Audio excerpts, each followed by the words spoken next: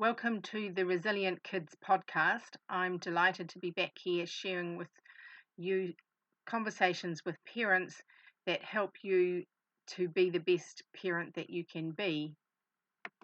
I would like to take this opportunity also to say thank you to all of those of you who've been listening. And in the 12 weeks since we have been on air, we have managed to get ourselves into 12 different countries, which is absolutely exciting. So let's sit back and enjoy this episode of the Resilient Kids podcast.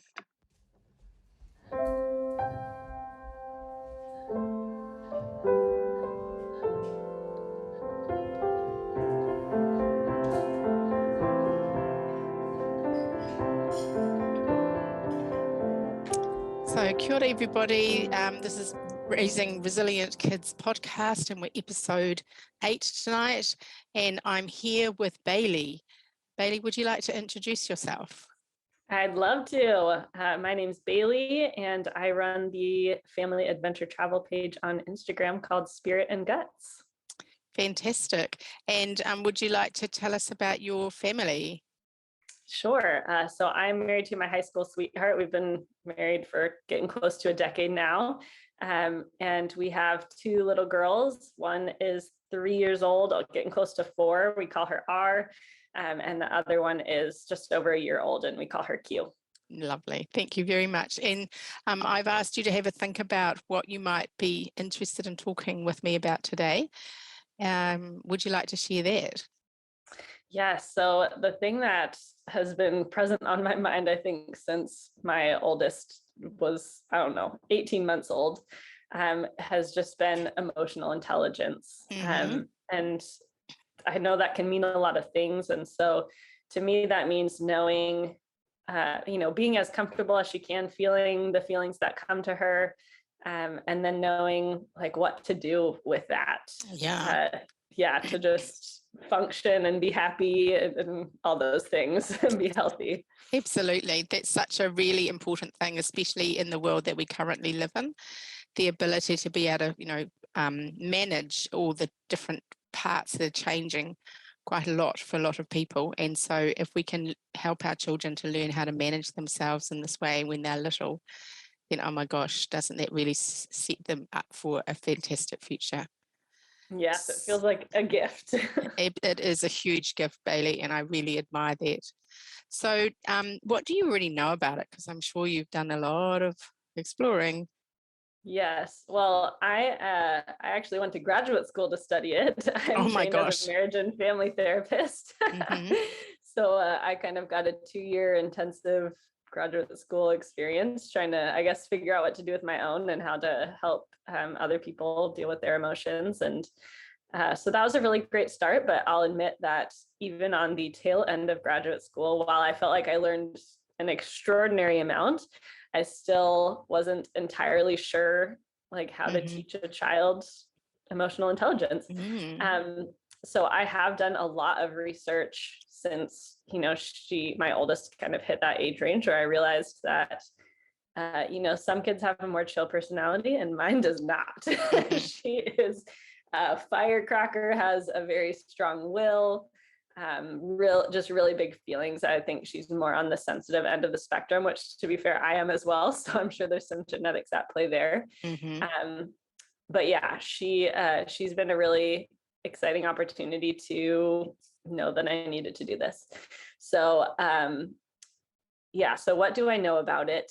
I've learned, I feel like just in the last couple of months, I've like really turned this corner where both her and I are getting it. And it's been a great example for me to know what to do with myself too. So kind of the things I'm focusing on teaching her and making sure that she knows and hears regularly and explicitly are that it's okay to feel whatever the feeling is, mad, sad, frustrated. And it's important, and it's it's each of our own job to decide how we behave when we are feeling that way.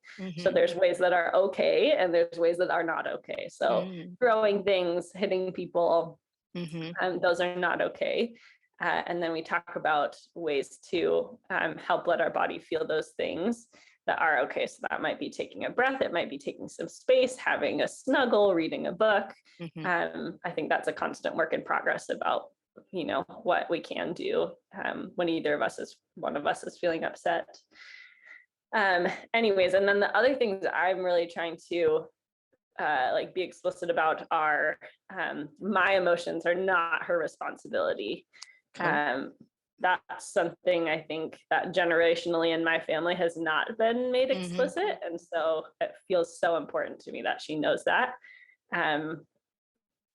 Yeah, that's kind of the... Well, I think we're so lucky to have you not only having done all this study, but get this really good insight for yourself, and so that you can help your children as well. So you've talked about the idea of separating or naming emotion, right? So the bit before that is to recognize it, isn't it? To know and to understand what it is that we're actually feeling and being able to put words to that. And then you also talked about the idea of her deciding, or you deciding, what you're going to do with it. And I'm sure you know the chap Martin Seligman talking about locus of control, the sense of being able to know that you have some agency in your behavior. And so that's just such a powerful thing that you and she are learning at the moment, that we learn these behaviors, don't we, and really when we're really young, and that often it's just a habit in our brain, and so we just go there so fast. So what are the struggles for you? And I know that that's, it's hard to talk about these things, but it's such a gift for people to listen, to know that we're all kind of normal and none of us are, perfect. Yes, absolutely. I'm very imperfect still. Yeah, I mean, so there's a lot of struggles, I will say. One of them being like me learning how to do it as I'm also trying to teach her. And so I'm trying to view that as an extra learning opportunity that, like even somebody, some imaginary person that's perfect at emotional intelligence, like we all still make mistakes. And so I just do my best to, I think the last piece is of the like kind of the equation we try to use when one of us is upset, is that after we have our time to calm down and we're feeling calm, then I always try to have that moment of reconnection. Lovely. So coming back, talking about it explicitly, hey, I got upset. I yelled. I'm really sorry I yelled. It's okay for me to be angry, but it's not okay for me to yell at you. Next time I'm going to try to catch myself feeling angry earlier and do something like go take a break or take some breaths so that I can come back and talk to you when I'm calm. So I will say the sort of struggle is that might happen more than I would like. Yeah. And I just view it as chances for both of us to practice that. Absolutely. Yeah. And when we think about, parents who are often sleep deprived and so busy in today's world, if we can master this with our toddlers, imagine how fantastic that's going to be for the rest of our lives, but also for their lives, right? Exactly. It's a lot of work up front, but I think it'll pay off for both of us as we go. Yeah. And so what do you think that you notice that you have to pay attention to? I mean, in terms of myself, because it feels very much like the work I'm doing is like modeling it. And like the more that I model it when I get upset, then that's like the teaching. Yeah, fantastic. And so I feel like my job has been to just like keep noticing as early as possible when I'm getting triggered by something she's doing. And part of that for me is I think I think we're like finding out in the mental health field, like how many of us are people pleasers. And so we have grown up learning to let people push us past our boundaries. And that's when we get really upset in a way that's, tends to be expressed inappropriately. So I'm really trying to notice when my boundaries getting pushed before that point, so that I can say, instead of just, I don't know, like tonight, the example was she's sitting on the counter, which has been a rule that we don't, kids don't sit on the kitchen counter. Yeah. Sometimes if I'm like overwhelmed or busy, I like let it go. But right, like it's my job to notice that is triggering me. So I need to draw the boundary now and be present for her feelings because she wants to sit on the counter. Instead of letting her do it until I'm so upset that I can't be present when she needs help co-regulating. Yeah. So that I'm not totally sure that was exactly an answer to the question that you actually asked me. So you were talking about noticing her behavior so that you can act early, right? And you've got some boundaries that you have in your family that it's your job to uphold. Exactly. Yeah. And doing it before I get too upset. Yeah. And so I guess the question, and I think, people want to know how to do this, right? So how do you notice your tension inside of you that's rising? And so at what point do you have to start to pay attention? Yeah, that's a good question. I wish I had a really clear answer to that. It would probably make my journey a little easier. I think the first thing that comes up for me is that my first thing that I'm getting triggers is that I'm getting irritated with her. Then I'm she's just chatting with me, and all of a sudden that's annoying. And every little thing she does, I start feeling like I want to nitpick it or control it because she's not doing this other thing the way I want her to, even though I haven't made that explicit. Sure. So I start controlling all the other things. So that tells me that I'm getting past, or that I'm already past my boundary. So I guess that's really lovely, I think. And to help us with the next question I usually ask is, so what do you notice before you notice that? And so this becomes iterative so that you do, just as you said, you can start practicing noticing a lot earlier your own internal whatever it is. Yeah, I wish I had the thing that was before that. I think maybe that's what I'm still in the process of figuring out on my healing journey. And I think that's exactly what it is, that we're becoming more aware of our own self. And certainly, I've had moments in my life, not recently, well, not too recently anyway, where I've behaved in ways that I haven't been particularly proud of. And it's the ignoring of that sense of the tension that's rising in yourself and myself. And then being able to think, okay, so what's going on here? And being able to kind of observe yourself in the middle of the conversation. Yeah, it's being very aware of your experience all the time. That idea of being completely present. Yeah. Don't we wish we could do that? Meditative constantly. Yeah. So what do you think would help us to be able to stay in that present state more often? I don't like this answer, but I feel like it's just practice and and a sense of humility and recognizing when you were not present and apologizing, doing that reconnecting bit, and the step of what I'm going to do different next time. Sure. So that constant learning. I suppose the other thing that I've been, watching in your posts online is the ability to be able to get outside and play and have adventures and enjoy each other. And so, that because that releases some of those, that big muscle play releases all of that tension. And so thinking about how do we manage big muscle play for ourselves as adults, apart from sex, and thinking about how do we manage the release of that tension so that we're not just building it up. Yeah, I think you're hitting on a really important point.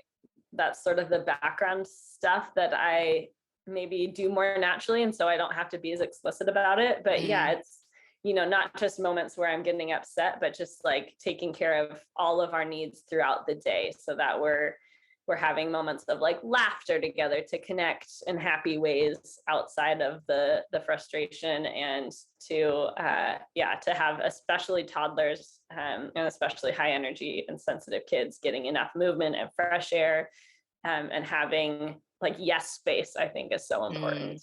And which is a huge reason we get outside, because there's just so few rules at the beach, right? So I don't have to it's like building sort of, I don't know, emotional bank account is like another word for it. But yeah, I think that's really true. And building into those everyday behaviors, self-care, and you know, just being able to live a life that allows us to be peaceful more than being tense and distressed. Exactly. Yeah. That's really cool. So what else do you think that you want to talk about in relation to this? Well, I'll tell you one win I had recently. Okay, please do. Yeah. It was so exciting. It brought me to tears, which doesn't happen all that often. But my husband is such a trooper, and he is, you know, working alongside me in this gentle, conscious parenting journey thing that we're doing. And so he'd gotten upset at our oldest for something. And so then he went to reconnect with her, and, you know, he and I had kind of had that conversation about like, okay, like, how are you going to talk to her about what happened and stuff like that. And we'd addressed that he was going to go say, you know, I got upset. That's not your responsibility. It's, you know, my job to decide how I interact with you when I'm feeling angry. And so he went up and started kind of like sharing that idea with her. And she like hugged him and goes, I know, your emotions are my fault. Oh, isn't it just so gorgeous? Yes, to know that we're breaking that cycle. Yeah, that's so precious. Yeah, it was really just like hallelujah. Yeah, fantastic. That's real gold, isn't it? Yeah. And I suppose the other thing that I was thinking about in relation to context is the you know, the nature of the society that we live in, and so that some people have way more pressures than other people in their lives for whatever reason, and so that, you know, thinking through things and being calm and peaceful isn't always going to solve the big, you know, problems of, you know, racism and not having enough money and our economy and all of those kinds of things. And so I just want to put a boundary around, you know, what it is that we're talking about, because we don't expect people to feel happy when, you know, their house has been taken away from them or something. Absolutely. There was a concept in grad school that I became very interested in. It was the window of tolerance. I believe it was from Dan Siegel. And it's the idea that each of us, this is the way I think of it. I'm like definitely doing some paraphrasing here, but the way I think of it is that each of us has a cup, and there's some like genetic and physiological reasons why maybe we each have different size cups. But it's like the cup that we fill with stress. And so each of us has some has stressors in there, like kind of all the time. So there's things like dealing with racism, poverty, all, you know, those kinds of things, genetic factors like tendencies towards depression or like illness or chronic pain. Those, you know, fill up your cup to some degree. And then you have some space that has stressors that kind of come and go. So like if there's a baby crying, or you're, you know, driving in a stressful situation or things like that, you know, that can fill up your cup to different levels. And there's some people that, you know, have just a very full stress cup most, if not all of the time. And so, yeah, of course it is so much harder to be present and, and do all the things that we're talking about. And that just makes sense, right? Like you can only work with what you have. So yeah, I hope everyone gives themselves some grace and know, I firmly believe everyone's doing the best they can with what they have, and we're all just trying to take baby steps to be a little better with however we can. Yeah. And certainly if you're feeling stuck, to be able to reach out and get the extra support. Yeah.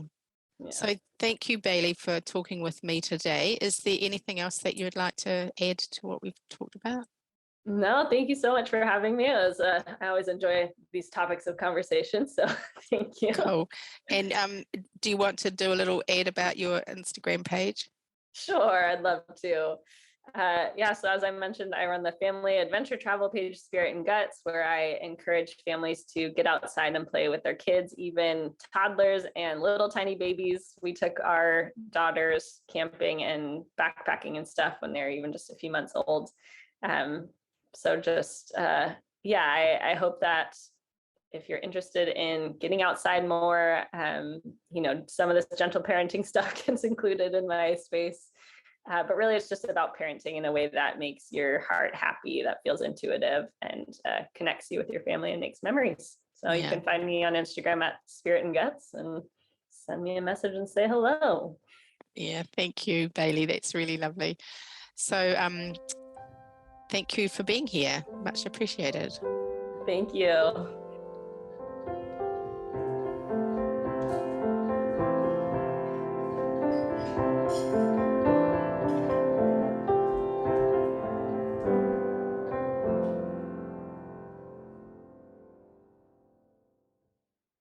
So thank you very much for taking the time to talk with me today and for sharing your fabulous ideas. Remember, if you want some more support, please go to www.resilientkids.org.nz. Reach out. I'm really happy to reply to an email if you're wanting resources and or to pick up some support through coaching or our online parenting course.